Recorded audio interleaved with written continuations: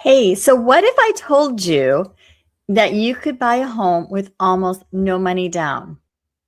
My own son didn't even believe me until I showed him exactly how it could work. I am local Kitsap broker Nikki Shelton, and today I'm going to talk to you about some options. All right, so let's go ahead and dive into it. So the first thing is what you think you need versus what you actually need can sometimes be two different things. So let's talk about this a little bit.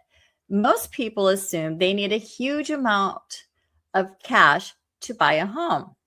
The reality is down payment is typically about 3.5 to 5% of your purchase price. So for example, on a $400,000 home, that's roughly $14,000 to $20,000. That's a lot. I get it. The other thing that people don't think about are there are closing costs. And typically closing costs are about 2.5 to 3% of the purchase price. And then of course you have your buyer broker fees, and those vary and are negotiable. But combined, those costs can really feel overwhelming, but they don't have to come out of your pocket. Okay? So you can also ask sellers to take care of some of the closing costs and your broker fees, especially in the entry level market. So if you structure the deal right with the right property, you can get into a home with very little out of pocket. So let's talk about that for just a second, okay? So like I said, you have, let's say, 3.5 to 5% of for your down payment. You have 2.5 to 3%.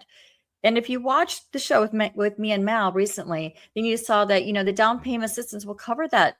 Maybe it's a 3.5. So then it gives you a little bit more to work with because you get 5%. So you might have a little bit to do that. So when you're asking the seller, hey, Mr. Seller, you know what? Most people that are going to be buying your house don't walk in with that much cash on hand.